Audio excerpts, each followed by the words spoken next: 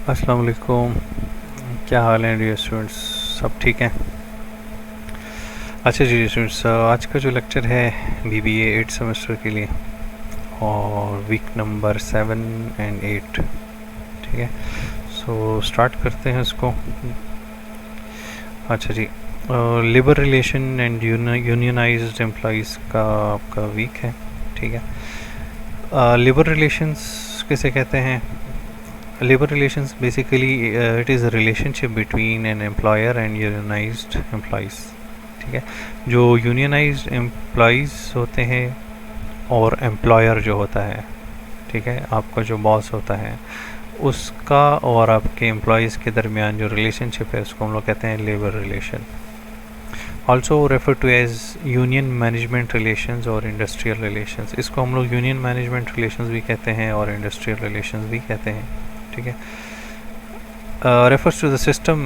Labour relations में क्या होता है कि ये बेसिकली एक सिस्टम है इन विच एम्प्लॉयर्स जिन्होंने आपको हायर किया होता है, जो आपके बॉसेस होते हैं, वो वर्कर्स जो काम करने वाले लोग होते हैं and their representatives directly or indirectly the government interact to set the ground rules for the governance of work relationships।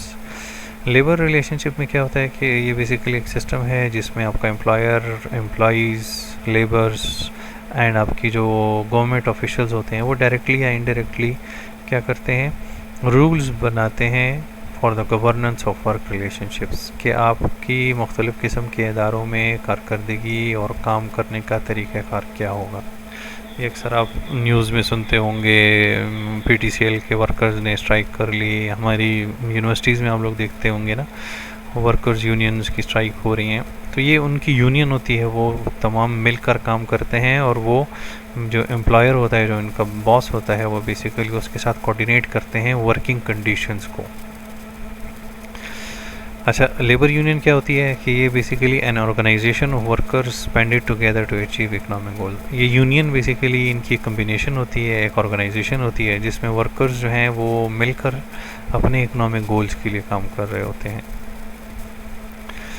Types of unions, unions की टाइप्स कौन कौन सी हैं? क्राफ्ट यूनियंस है हमारे पास, इंडस्ट्रियल यूनियन है, एम्प्लॉय एसोसिएशंस हैं।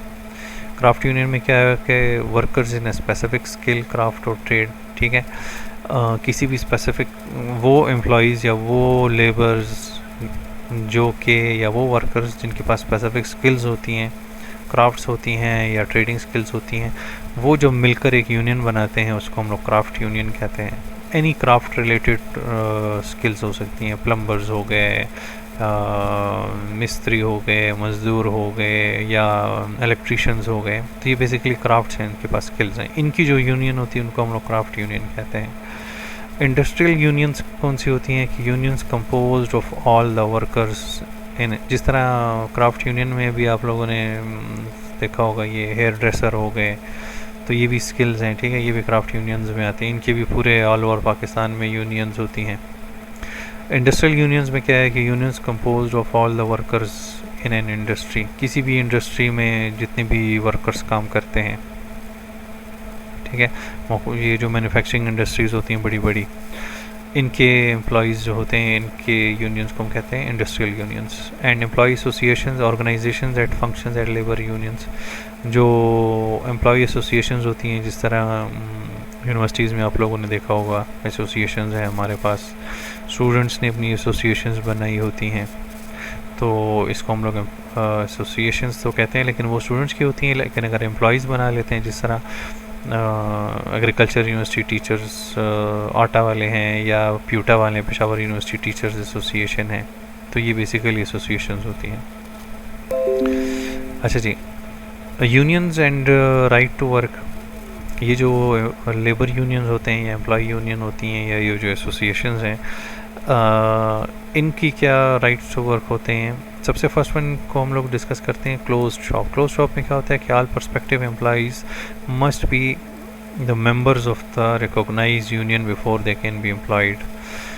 इनके पास ये राइट होता है कि जब भी कोई भी क्लोज शॉप में क्या होता है, ये वो टाइप ऑफ यूनियन होती है जिसमें एम्प्लॉयज़ जो हैं, प्रोस्पेक्टिव एम्प्लॉय, प्रोस्पेक्टिव मीन्स कि वो एम्प्लॉयज़ जो अभी ज्वाइन करेंगे आने वाले टाइम में करीब, वो क्या है they must be the members of the recognised union before they can be employees. Means उन पर ये लाजिम होता है कि जॉइनिंग से पहले उन्होंने ज़रूर किसी भी एम्प्लॉई यूनियन का हिस्सा ज़रूर बनना होगा। क्लोज शॉप है, उनके पास कोई ऑप्शन नहीं होती है, must be the members. Union shop में क्या होता है कि all the employees must join the union within a specific period और to be fired. Union shop में थोड़ा सा उनको आज़ादी होती है कि जितने भी एम्प्लॉइज़ हैं उन्होंने यूनियन ज़रूर ज्वाइन करनी होगी, लेकिन उनको थोड़ा सा टाइम दे दिया जाता है। क्लोज शॉप में टाइम नहीं दिया जाता है, वो डायरेक्टली मेंबर्स होंगे, और यूनियन शॉप में थोड़ा सा उनको टाइम दिया जाता है, स्पेसिफिक पीरियड। अदरवाइज़ अगर वो ज्वाइन नहीं करेंगे तो उनको फायर कर दिया जाएगा। एजेंसी शॉप में क्या होता है कि all the employees must pay union dues even if they choose not to join the union. Agency shop में होता है कि अगर कुछ ऑर्गेनाइजेशन जहाँ पर वो एम्प्लॉइज़ को ये राइट दें कि वो यूनियन ज्वाइन ना करें तो ठीक है, वो नहीं कर सकते हैं, लेकिन दे मस्ट पे द ड्यूज़। उन्होंने यूनियन की जो फ़ीस होती है, जो अखराजात होते हैं, वो उन्होंने ज़रूर पे करने होंगे। And maintenance of membership clause के an employee who has joined the union must maintain that membership as a conduct of employment. और जिस एम्प्लॉय ने एक दफ़ा यूनियन ज्वाइन कर ली तो फिर वो उस यूनियन की मेंबरशिप को मेंटेन रखेगा, ठीक है, पीछे नहीं हटेगा। अच्छा जी, नेक्स्ट है हमारे पास administration of labour laws. Labour law या लेबर यूनियन की जो एडमिनिस्ट्रेशन है उसके लिए कुछ लॉज बने हैं, that is national labour relation board NLRB, जो कि 5 बंदों पर मुश्तमिल होता है। And they have the power to enforce the basic labour laws. And functions इस बोर्ड के क्या हैं NLRB के? To hold an election to establish the bargaining agent for employees of a given firm. इसके पास ये राइट होता है कि ये आपका जो प्रेसिडेंट होता है उसको सेलेक्ट करने का राइट होता है। To certify unions as exclusive bargaining agent for employees. Unions को कौन सी यूनियन काम करेगी और कौन सी यूनियन काम नहीं करेगी उसको आइडेंटिफाई करना इस बोर्ड का काम है। To investigate charges of unfair labour practices against the employer और द यूनियन। अगर किसी इदारे में एम्प्लॉइज़ के साथ या एम्प्लॉयर ज़्यादती कर रहा है उसको इन्वेस्टिगेट करना। And to see that unfair labour practices either are not committed और पनिश्ड, ठीक है। और किसी किस्म की अनफेयर लेबर प्रैक्टिसेस हुई हैं या नहीं हुई हैं उनको भी चेक करना इस बोर्ड का काम है, that is NLRB, national labour relationship board. अच्छा, एम्प्लॉइज़ के राइट्स कौन कौन से हैं? To organise, to bargain collectively. जो लेबर यूनियन के एम्प्लॉइज़ हैं कि वो ऑर्गेनाइज रहें, एक साथ कलेक्टिवली बारगेनिंग करें। To expect no discrimination against them by management. Management जो है उनको बॉस जो है वो किसी किस्म की इनके साथ ज़्यादती ना करे, डिस्क्रिमिनेशन ना करे। To expect no discrimination against them by management कोई डिस्क्रिमिनेशन ना करे। To get a job without first being a member of a union. उनको जॉब मिले पहले इसके कि वो किसी भी यूनियन का मेंबर बन जाए, ठीक है। तो मेंबर बनने से पहले उसको जॉब मिलनी चाहिए।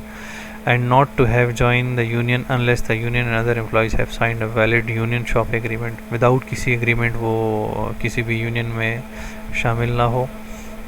और to receive financial reports from the union. वो जो पैसे दे रहे हैं यूनियन को तो उसकी बाकायदा तौर पर उसको रिपोर्ट्स मिलनी चाहिए।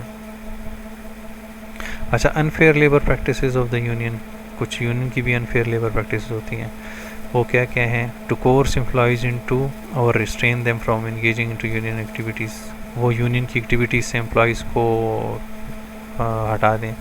To force management to discriminate against employees, या वो मैनेजमेंट को फोर्स करें कि जी फला एम्प्लॉय के ख़िलाफ़ एक्शन ले लें। To refuse to bargain in good faith, अच्छी चीज़ की खातिर वो बारगेनिंग करें ही ना।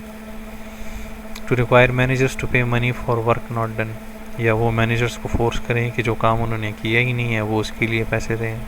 अनफेयर लेबर प्रैक्टिसेस हैं। To engage in a strike और boycott to force management to commit illegal acts. Illegal actions के बारे में वो स्ट्राइक करें और मैनेजमेंट को कहें कि जी हमारा ये इलीगल काम आप कर दें। To charge excessive initiation fees, extra या गैर जिम्मेदाराना तौर पर वो चार्ज करें। अच्छा, टू इंटरफेयर विद रिस्ट्रेन और coerce employees who are exercising the rights under law. कानून के दायरे में रहते हुए जो एम्प्लॉइज़ हैं अगर वो अपने राइट्स को एक्सरसाइज कर रहे हैं तो उनको मना करें। To dominate, to discriminate in hiring. So ये सारे वो अनफेयर लेबर प्रैक्टिसेस हैं, काफ़ी ईजी हैं, आप इसको पढ़ लें, कोई प्रॉब्लम नहीं होगी। अच्छा, union principles and objectives. Union के प्रिंसिपल्स एंड ऑब्जेक्टिव क्या होते हैं लेबर यूनियंस के? कि स्ट्रेंथ थ्रू यूनिटी, मींस के यूनिटी होगी तो स्ट्रेंथ होगी। Equal pay for the same job, जो जिनकी जॉब सेम है उन सबको इक्वल पे मिलनी चाहिए। ये नहीं है कि एक एम्प्लॉय को ज़्यादा मिल रही है दूसरे को कम मिल रही है। Employment practices based on seniority, और सीनियरिटी की बेसिस पर उनको जो है तो प्रमोशन एंड स्केल मिलना चाहिए। और यूनियन के ऑब्जेक्टिव क्या होते हैं कि ज़्यादा से ज़्यादा पेमेंट उनको मिलनी चाहिए, शॉर्ट वर्किंग आवर्स होनी चाहिए, एंड सिक्योरिटी जो है जॉब की और उनकी हेल्थ सिक्योरिटी, वो दोनों अच्छी होनी चाहिए। और union methods to achieve union objectives. Union किन तरीक़ों से अपने यूनियन के ऑब्जेक्टिव को अचीव करता है? To organise a firm employees, वो अपने बिज़नेस के एम्प्लॉयज़ को ऑर्गेनाइज़ करते हैं, इकट्ठे करते हैं। And become recognise as employees exclusive bargaining agent. और ये एक ही बिज़नेस में एक ही यूनियन होनी चाहिए, क्योंकि एक ही यूनियन होगी तब बिज़नेस के एम्प्लॉयर जो हैं वो उसको रिकॉग्नाइज़ करेंगे कि हाँ ये एक सही यूनियन है। To engage in collective bargaining, collectively उनको अपने मुतालबात को मनवाना है। टू गो ऑन स्ट्राइक और थ्रेटन टू स्ट्राइक, वो अगर एम्प्लॉयर उनकी बात ना माने तो वो स्ट्राइक पर जा सकते हैं। And to progress grievances, and अगर किसी को प्रॉब्लम्स हो जाती हैं तो उनकी ग्रीवियंसेस भी ये लोग करते हैं। अच्छा, union appeals to employees desires. Union कौन कौन सी अपील्स करते हैं?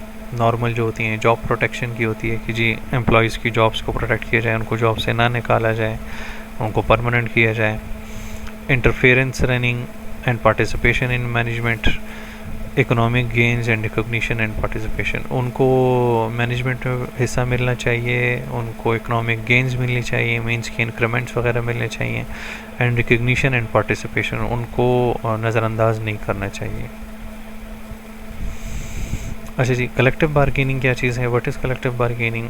The process by which representative of the employer and the employees meet at reasonable times and places to confer in good faith over wages, hours and other terms and conditions of employment। Collective bargaining में होता है कि जब employers और employees दोनों मिल बैठते हैं किसी सर्टन टाइम पर, एक स्पेसिफिक जगह पर, और वहाँ पर वो बातचीत करें किस चीज़ पर? वेजेस पर, काम करने के आवर्स पर, और बाकी जो टर्म्स एंड कंडीशंस होते हैं एम्प्लॉयमेंट को। इन तमाम चीज़ों को डिस्कस करने के लिए जब एम्प्लॉयर और यूनियन ये दोनों मिल बैठते हैं, इसको हम कहते हैं कलेक्टिव बार्गेनिंग। अच्छा, अगर तो कलेक्टिव बार्गेनिंग नहीं होती है, एम्प्लॉयर्स एंड एम्प्लॉयज़ दोनों मिल बैठकर किसी पॉइंट पर जमा नहीं होते हैं, तो फिर उसके अल्टरनेटिव्स क्या क्या हो सकते हैं? अल्टरनेटिव ये हो सकता है कि कॉल एन आउटसाइड मीडिएटर, कि आप किसी बाहर के बंदे को बुलाकर दोनों को बिठा लें, या agree to bring the issue to an outside arbitrator, या आप ख़ुद से चले जाएँ किसी बाहर तीसरे बंदे के पास कि वो आपको इशू सॉल्व कर दें। एंड फॉर द यूनियन, और या फिर यूनियन क्या होती है कि टू गो ऑन स्ट्राइक और for the management to stage a lockout, कि यूनियन जो है वो स्ट्राइक पर चली जाए। सो ये तीन अल्टरनेटिव्स हैं हमारे पास कि अगर तो कलेक्टिव बार्गेनिंग नहीं होती है तब। अच्छा जी, अगर यूनियन स्ट्राइक पर जाती है तो स्ट्राइक या लॉकआउट कैसे होता है? स्ट्राइक में क्या होता है कि when employees with hold their services from an employer, strike में जब एम्प्लॉयज़ होते हैं वो अपनी सर्विसेज देना बंद कर देते हैं एम्प्लॉयर को, इसको हम स्ट्राइक कहते हैं। एक अनदर फॉर्म है हमारे पास जिसको हम पिकेटिंग कहते हैं। पिकेटिंग क्या चीज़ है कि the striking employees walking back and forth outside the place of employment, usually carrying a sign. जब एम्प्लॉयज़ जो हैं वो अपने एम्प्लॉयर के ऑफिस के सामने इस तरह का कोई बैनर लेकर आगे पीछे वॉकिंग करते हैं, इसको हम लोग पिकेटिंग कहते हैं। जबकि लॉकआउट क्या चीज़ होती है? लॉकआउट बेसिकली मैनेजमेंट करती है। A closing of a company's premises to the employees and refusing them to let them work, जब कंपनी अपने एम्प्लॉयज़ को उसके अहाते में दाखिल होने से रोक दे, दिस इज़ लॉकआउट, मीन्स के वो उसको एम्प्लॉयज़ को अंदर आने ही ना दें। अच्छा जी, रीचिंग एन एग्रीमेंट, इन तमाम चीज़ों के बाद लास्ट स्टेज में क्या होता है कि वो दोनों किसी भी एग्रीमेंट पर आ जाते हैं। एन एग्रीमेंट क्या होता है कि दोनों आपस में एग्री कर लेते हैं किसी सर्टन पॉइंट्स पर। And living with the agreement means के फिर उन्होंने उस एग्रीमेंट को फुलफ़िल भी करना होगा, उसी के साथ रहना होगा। इसके सिंपल से पॉइंट्स हैं, या आप खुद से रीड कर लें, कोई इसमें डिफ़िकल्टी नहीं है, ठीक है। सो ये यहाँ तक था हमारा आज का लेक्चर, जो कि था week number 7 and week number 8, labour unions and employees. So देख लें, इसमें कोई डिफ़िकल्टी हो तो पूछ लें मुझसे। सो मिलते हैं इंशाल्लाह फिर नेक्स्ट लेक्चर में।